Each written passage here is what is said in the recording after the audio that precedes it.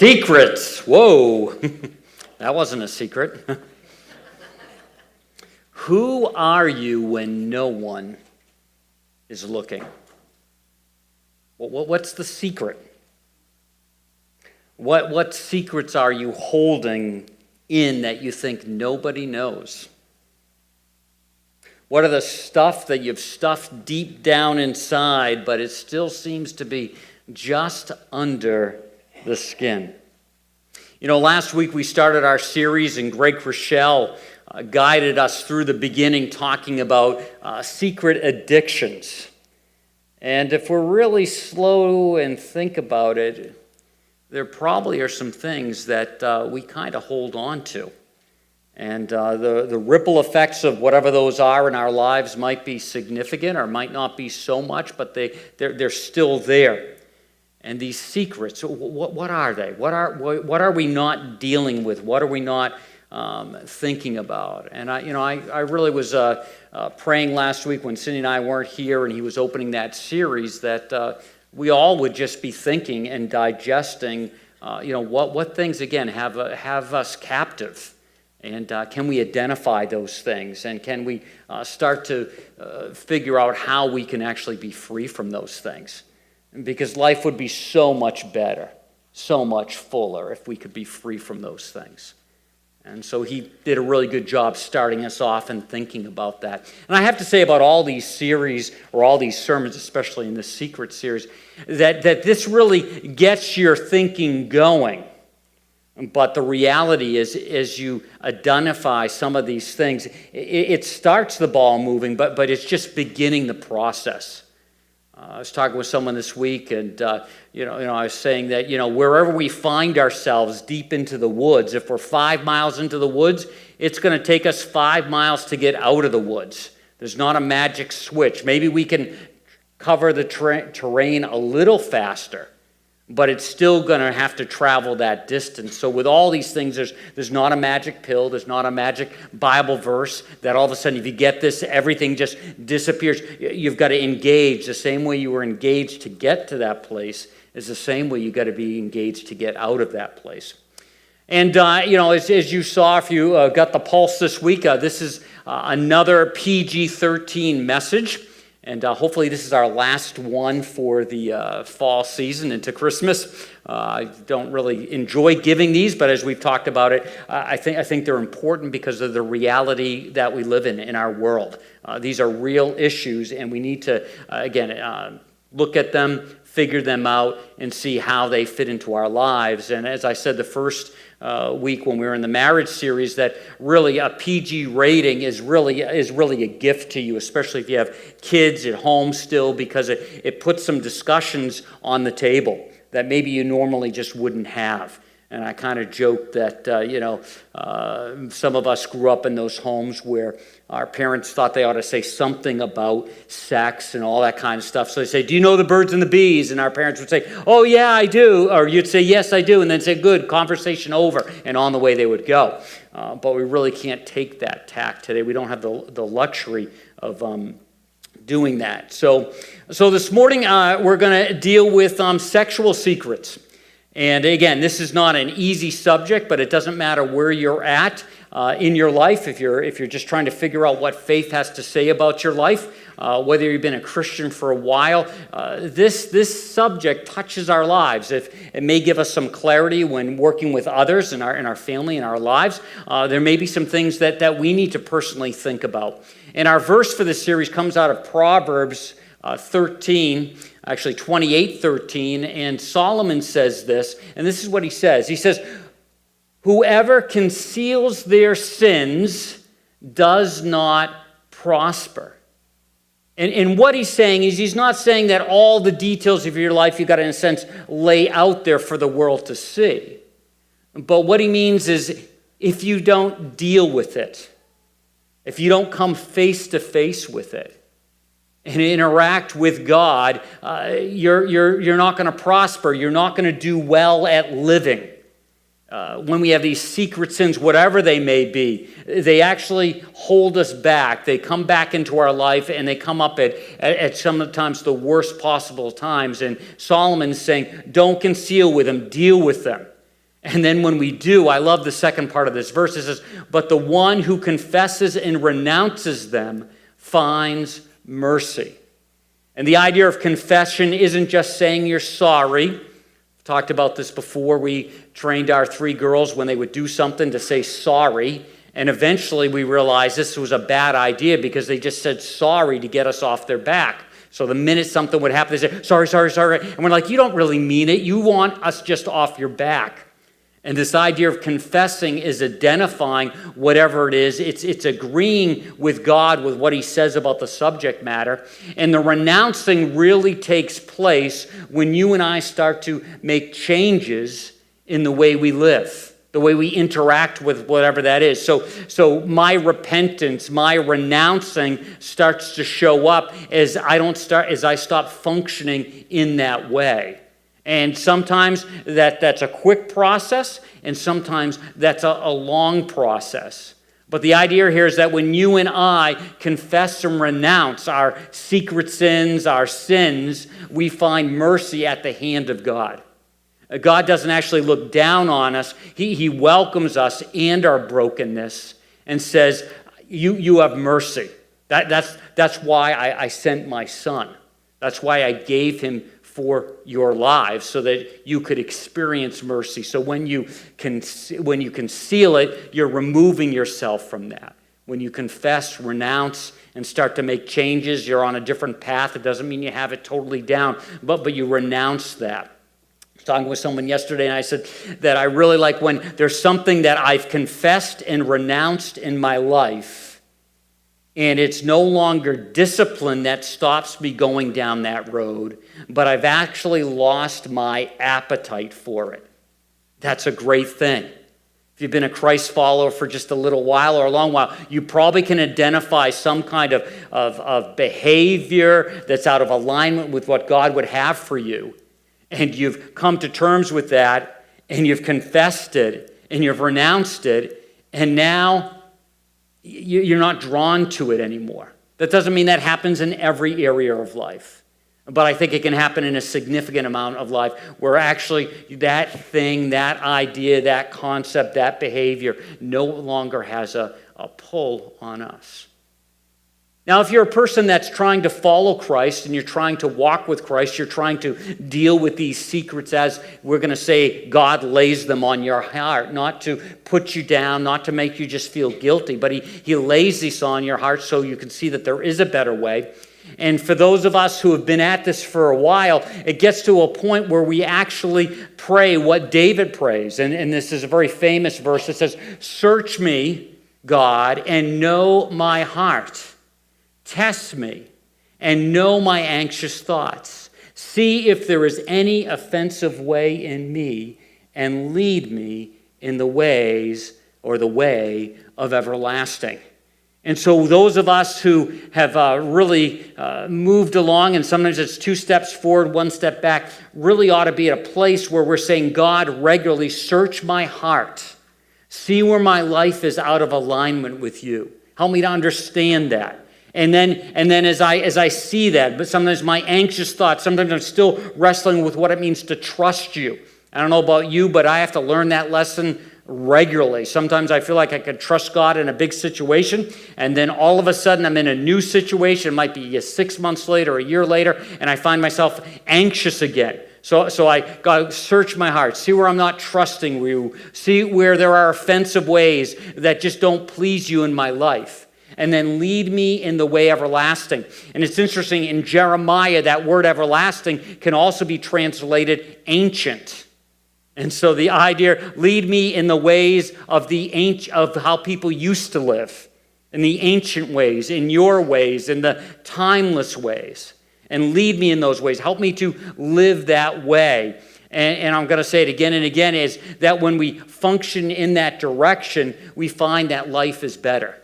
Doesn't mean life's perfect, doesn't mean it's free from problems, but there's something better about aligning our lives with Him. And so we try to do that. And so, as we think about the subject of this morning, sexual sins, one of the big areas that we're going to talk about is pornography and how that's really gripped our country. But I just want to give you some facts. Here are just some of the dangers of this area. Sexual sins, broken homes. One of the ripples effects of that is it breaks homes up. There's an erosion of trust in marriage. There's a loss of intimacy, specialness. There's superficial relationships. There's sexual disease. There's violence and rape and incest, where this kind of stuff goes unchecked. It increases. There's a danger of that. There's an increase in the rate of aborted children. Your example is suspect as a Christian. And probably most significantly is your relationship with God is hurt. When you and I travel down this road, when this becomes really a pathway for our lives, secret sexual sins, pornography, all that goes around with that, it really does hurt our relationship with God. There's a hardness, and I can't predict this, but every once in a while when I meet someone and they've been involved in this kind of thing for a long time, there's a hardness on their heart. There's just a hardness. So if you want an openness and a soft heart towards things of God, this will over and over stand in the way. Getting a little more specific when it comes to this idea of this epidemic of pornography, just listen to these stats. First of all, 33% of visitors to adult websites are women. It's not a guy-only problem any longer. Revenue from pornography is larger than all the revenues of ABC, NBC, and CBS combined. It's just a big, huge moneymaker. Adult bookstores outnumber McDonald's restaurants in the U.S. by a margin of 3-1. 90% of all pornography now comes from the internet. That's the University of Montreal did that study. 90% of all 8 to 6-year-olds have viewed porn online. Most boys seek porn out by the age of 10. Again, the University of Montreal. 42% of internet users between 10 and 17 said that they viewed porn on the website in the past 12 months. University of New Hampshire. 66% of those 10 to 17-year-olds who viewed it said that the exposure was unwanted. So that's interesting. It just, you be aware of that when you have a computer. Another headline said this. It was a survey done not by a Christian organization, but this is what we have. I'm just going to read it to you. Listen to what's written. Leading sex and relationship experts fear that the use of pornography may be damaging relationships, according to a new survey. An overwhelming majority of relationship therapists questioned by a leading women's magazine said that they believe that porn has a negative effect on modern relationships and that they have witnessed an increased number of couples suffering problems in their relationships because of it. The new survey by Cosmopolitan magazine found that 86% of the therapists participating in the survey believe that porn could harm a relationship, and 90% revealed that they've seen a growing number of relationship problems caused by the use of porn. Again, this is a significant problem. And the church, Christ followers, we not just need to speak about it, but we need to respond to it before it just continues. There's an organization called The New Drug, and I'm just going to show a little bit of their explanation of what they see is going on. Amazing brain, in other words, can be hijacked. Image after image, your expectations of sex, love, and relationships can evolve, with your own sexual preferences changing dramatically as you continue to seek out more shocking content. No surprise, then, that in comparison, people and activities you used to really care about seem less interesting. The good news is that the same processes that shape the brain in one direction can shape it in another. Hundreds of research studies prove that brain pathways can move in healthier directions. That's true for all of us, and there are lots of ways to help that happen. The only question that remains is what pathways you'll choose for yourself. So choose reality. Choose love. You were born with a machine in your head more powerful than the world's fastest computer, your brain. Take care of it. It was made to take care of you. Love that tagline, take care of it, because it was made to take care of you. And if you go on our Facebook page in the next hour, there's going to be 3 sources out there. This is one of them, the new drug. And this is a website that is not a faith-based website. It's a health-based website. I would think probably some people of faith have kind of put it together, but they're really trying to go from it at this is just not healthy behavior for healthy relationships. So I'd encourage you to check that out and take a look at it. And then there's another one that gets into a little bit more, and there will be one faith-based website mentioned on our Facebook page that you can take a look at. But today's time together isn't designed to make everyone feel bad, make everyone feel guilty. It's to say that there's another way, that you can take your mind back, you can retrain it. You can restore health and community and the right kind of love into your relationships. It's not that once you've lost this battle, the battle can't be won. But I love, again, what the new drug says, that there can be a rewiring of your brain. This summer, I think we showed a little clip from maybe it was longer than that, where it talks about how the mind works and how you start off with like a path, and then the more you use it, it turns into more of a road, and then eventually it turns into a super highway, just the way your brain is wired. And I'm not an expert at talking about such things, but the idea is that you can go in one direction, you can go another direction. It takes effort, yes, it takes work, but there's hope. You don't have to be held captive by this. Many of us are familiar with our Romans chapter 12, where it talks about renewing your mind. These kinds of concepts are in there when it comes to renewing those pathways. Well, I'd like to first look at a very familiar story for many of us who have been around the Bible for a little while. It's found in 2 Samuel chapter 11, verse 1. It's the story about David and Bathsheba. You can find that on page 214 in that Bible you'll find around you. Verses will also be up on the screen.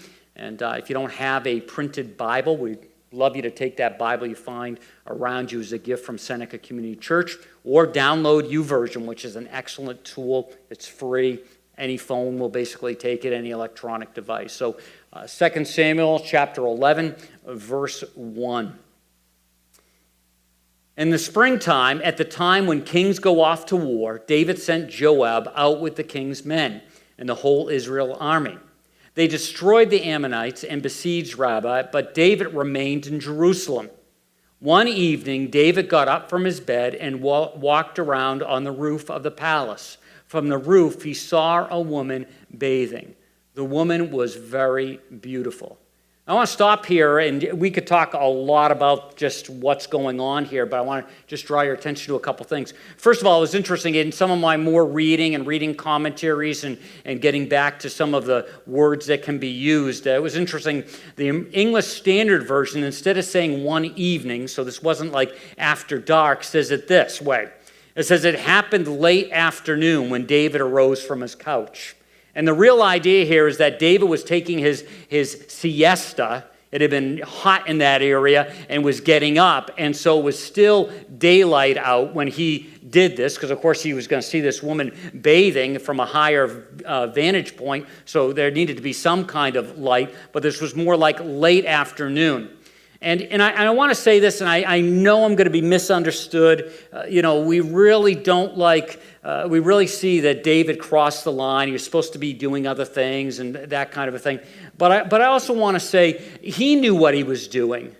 But I read a lot of reading, and people might not dare to say this, that maybe Bathsheba knew what she was doing. Maybe Bathsheba knew that somebody would see her. And maybe she knew the king would see her. Now, that takes no responsibility off David's response. But what it does do is that in some cases, not all cases, but some cases, it does take two to tango, if you will. And there is this thought, and I listened to a lot of messages, I did a lot of reading, that even though King David had all the power, that Bathsheba might have been a little bit more open to this idea than some of us would realize. And again, that doesn't take any responsibility away, but it just makes us ask, what is our role that we're playing in these kinds of situations?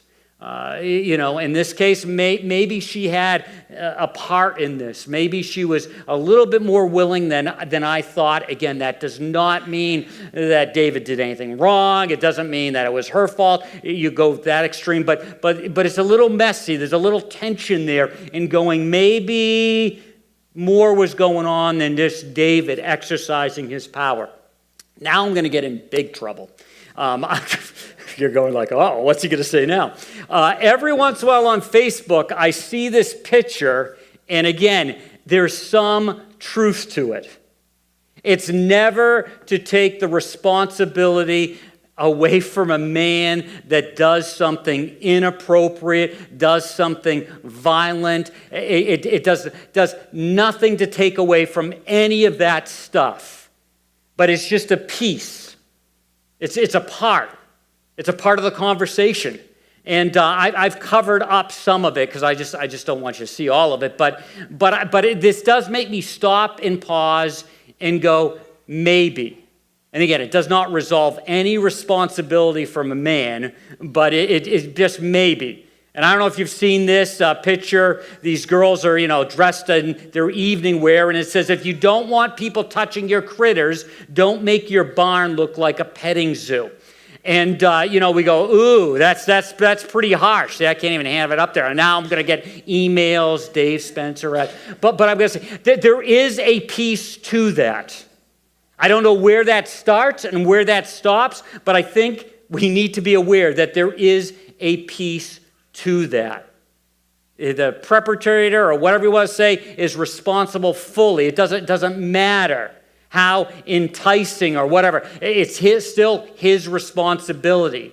Yet there is something there. There is something there. And you can figure that out. Those of you in community groups, you can argue about that and get all upset. But, there's something there. And so, I'll just leave it at that. When my girls were growing up and they would be... You're going to say, what a mean dad. They'd be dressing, and sometimes the clothes they were wearing, to me, probably wasn't bad at all, but to me it was like, ooh, that's a little bit, sometimes I'd ask them this. I'd say this to them. I'd say, the bait you will use determines the kind of fish you're going to catch. And what I was saying to them was what kind of guy do you want? If you're dressed a certain way, and they're just looking at you and not looking at your heart at all, you may get one of those guys. And if you get one of those guys, you may not be happy with one of those guys. And so just putting it out there, just thinking about it. Well, back to 2 Samuel 11:3. We go on and we see David sent someone to find out about her. The man said, she is Bathsheba, the daughter of Elam, the wife of Uriah the Hittite. Then David sent messengers to get her. She came to him, and he slept with her. Then she went back home. The woman conceived and sent word to David saying, I'm pregnant. And for some of you, you know the rest of the story. David, secret sin, tries to cover it up. Uriah, just a man of integrity, wouldn't do the things that he was trying to get it done, so it looked like Bathsheba's baby was his. It goes through all these things. Eventually, David gets so frustrated that David has Uriah killed. This is huge stuff. And it's all there, and yet at the same time, we see eventually David comes to a new point in life. So again, what's unbelievable about this story, and next week we're going to look at Psalm 51, which talks about the other side of it and talks about that mercy and all of that. But this idea that David could go so low and get so caught up in this. And, so as we take a look at this, we say, well, I'm not a king. I can't do those kinds of things. But there really is a progression. And this progression comes from within ourselves. What is attractive to us comes from within us. And we have to ask ourselves, what are we thinking about? What are we doing? What are we making more attractive? And what are we dwelling on? In James, we read this: temptation comes from his own desires, which entices us and drags us away. These desires give birth to sinful actions, and when sin is allowed to grow, it gives birth to death. Again, the responsibility comes to the person, comes back to you, it comes back to me. It's our desires. How do we, in a sense, rewrite that code in our life, in our heart? And as we said earlier, sometimes that can happen easier than others, and sometimes there's things that are just going to hang on for the rest of our lives. Craig didn't get into this last week, but yes, there can be deliverance from addictions, but there can be these things, and there are these things that just hang on, and we have to be just so careful with them. So for David, it involved this idea of observing, and we're all zipping around the world and having life and seeing what's going on, and all of a sudden we observe something, and when it comes to this subject, all of a sudden it's not that first look that gets us into trouble. We're human. God made us that way. God made women to be attractive to men and men to be attractive to women, and that's how we're wired, so we observe. But it's really what we do after we have that first look. And with David, he admired. He dwelled on it. He kept thinking about it. And that's where he starts to get into trouble. Sometimes we're in circumstances where we think, wow, you observed that was bad. That you had that temptation, you had that thought. That's how we're wired. But it's what we do with that. It's what we dwell. Do we admire? Do we hold that thought in our mind? Or do we let it go and try to think about something else? And, just saying this, a lot of times for me, when I get into these situations, I try to put something else in my mind.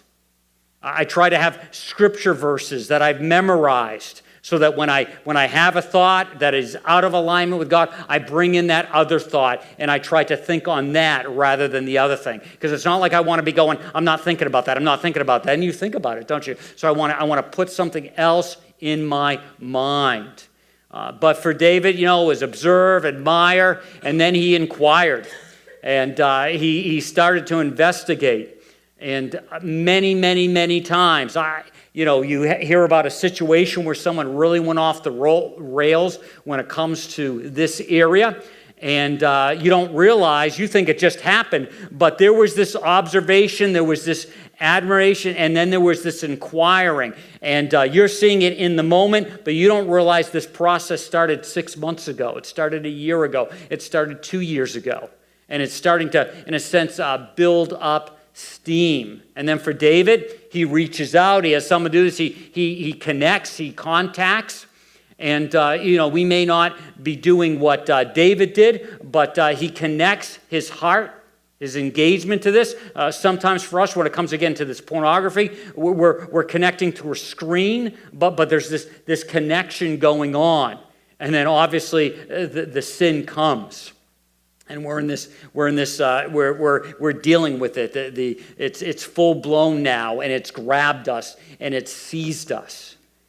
And again, what's amazing about this, and that sounds positive, but what is unbelievable about this is it's because of the internet, because of the accessibility. This is affecting huge segments of our population. This is changing the rhythms of life, the way people look at things. And so before we let it go too far, at least in our own lives, we've really got to figure out, in a sense, how to shut it down, And that leads us to this whole idea of the problem. And, we're going to call it lust, we're going to call it whatever, but I want to define it this way.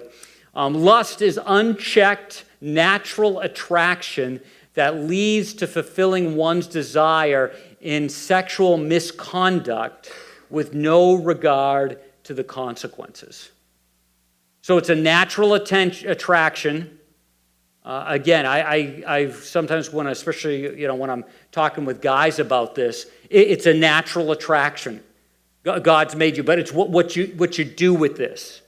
And I try to let the person off the hook that it's a natural attraction, but it's what you do with it. There's that second look, that second thought. So, I've met with some guys who say, I just can't get away from it, and now I just give up. It's just a part of my life.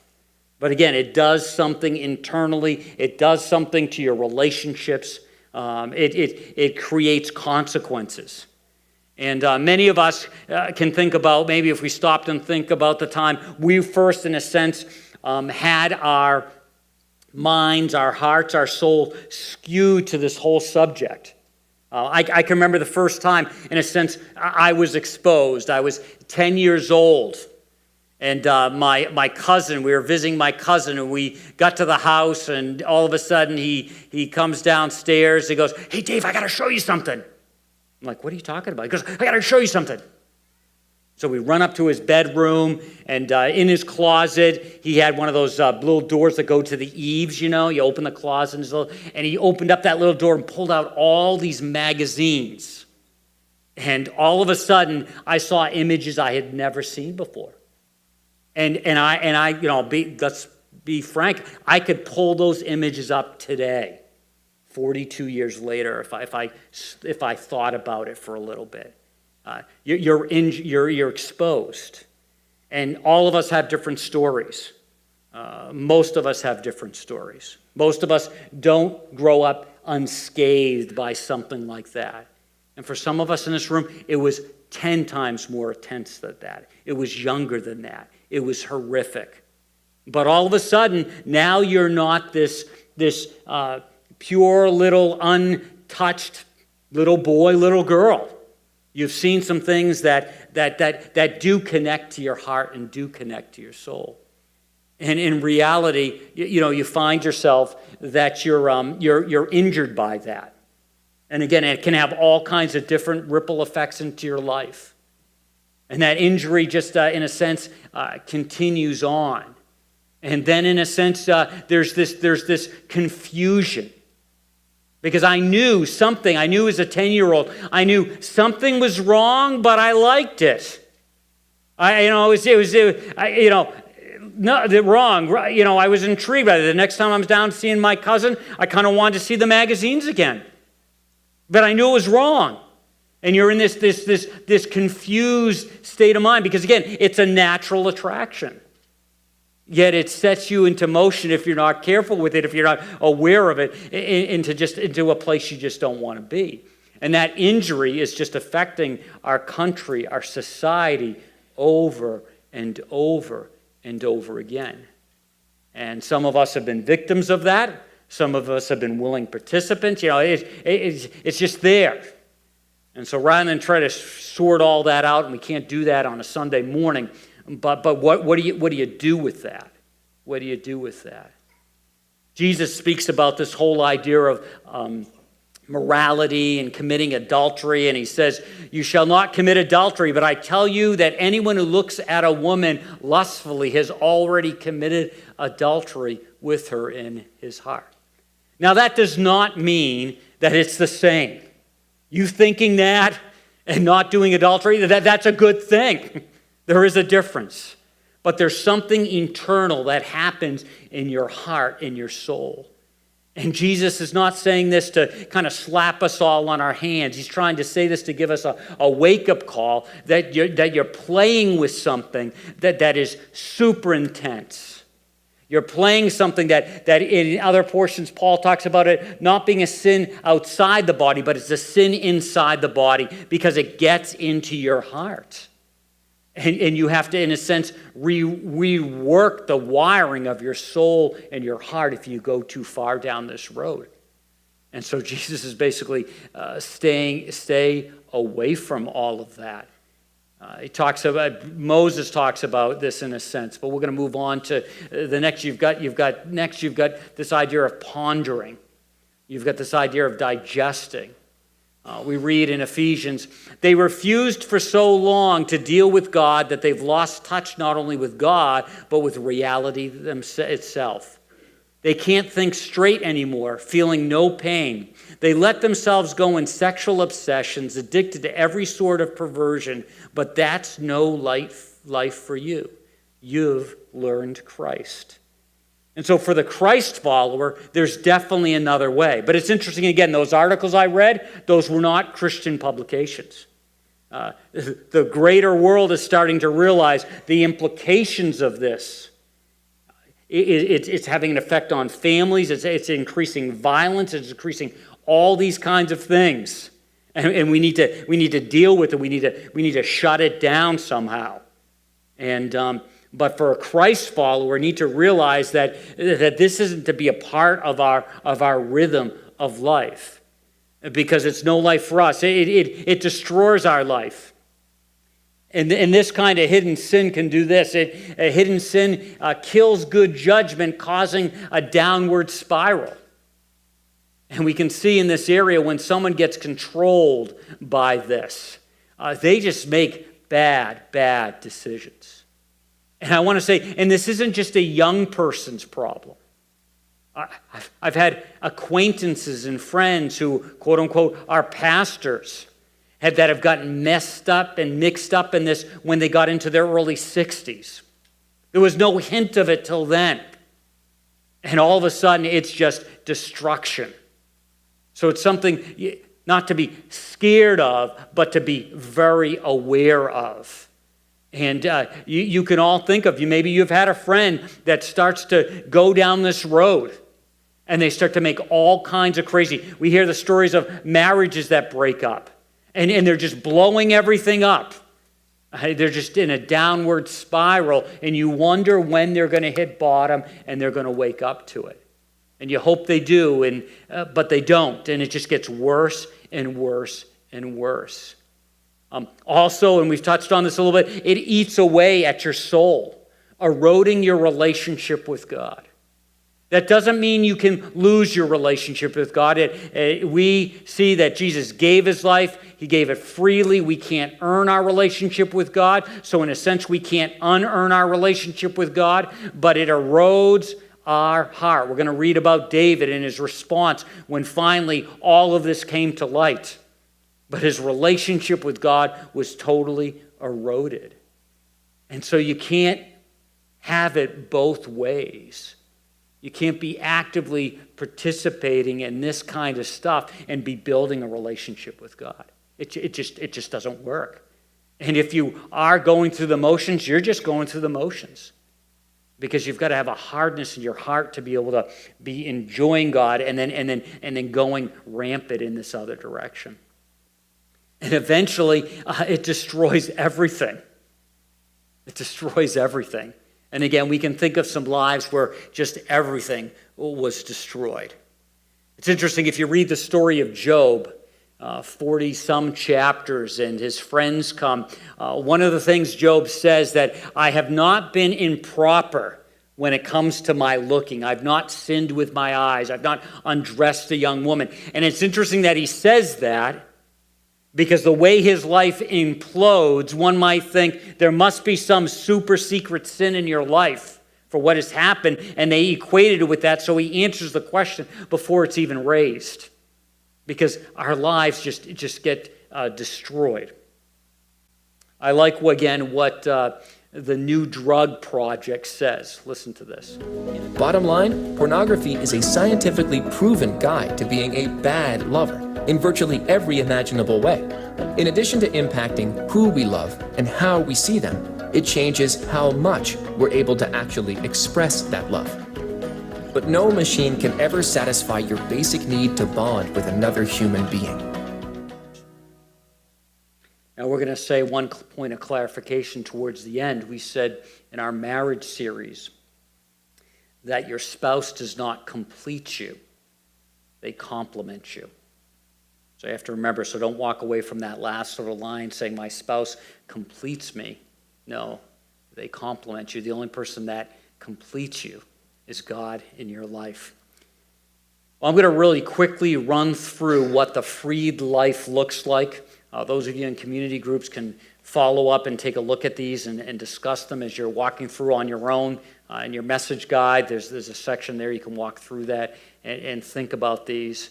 In Isaiah, we read, you made the blind able to see. You will free those who are held captive. You will lead those who live in darkness out of their prison. And what I love about that is none of us in this room have to stay in a prison. This is referring to Christ in your life, in my life. He helps us to be able to see.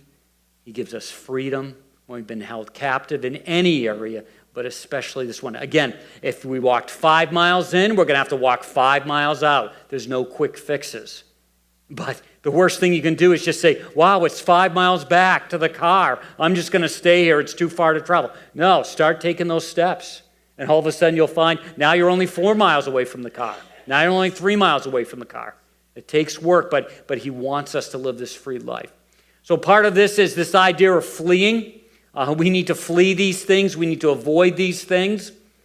We need to not put ourselves in places that stimulates all of this youthful lust. We need to be very aware of that. And what's amazing is it's different for each person. That doesn't give you a free pass, but you just need to take advantage of that. Because sometimes we like to say, well, this person is in that environment and it doesn't seem to bother them. Well, first of all, we don't know whether it does or not. But we say that so then we get a free pass. So if it's not a big deal for them, it's not a big deal for me. No, we're supposed to flee anything that stimulates you, and you know what those things are. But there's sometimes where we can't flee, and we've got to resist. Sometimes you're in a situation where it's just impossible. You're walking in the mall and you come by Victoria's Secrets and there it all is. You're like, cover my eye, all this kind of stuff. Or another place, you're clicking on something on your computer and all of a sudden this image, you've got seconds to get away from it or to sit and look at it. You resist. Paul tells us that no temptation has overtaken you except what is common to mankind. In other words, we're all in the same boat. We experience these things, but God is faithful. He will not let you be tempted beyond what you can bear. Doesn't mean you can sit in front of it for hours, but you've got to resist. But when you're tempted, he will also provide a way out so that you can endure it. The idea of endure it, resist it. Also, there's this idea of enjoying. You go, what's this? The idea of enjoying Christ. Really investing in your relationship with him. I love this out of Psalm. Satisfy us in the morning with your unfailing love, that we may sing joy and be glad all of our days. I want to tell you, if anything other than God in your life has this place, you're going to find yourself in trouble other places. But especially in this issue, does God really satisfy you? Are you engaged in your relationship with him? Just going through the motions. If we're going to be freed, we need to be in this place where we're enjoying him. Also, the idea of being engaged in his word.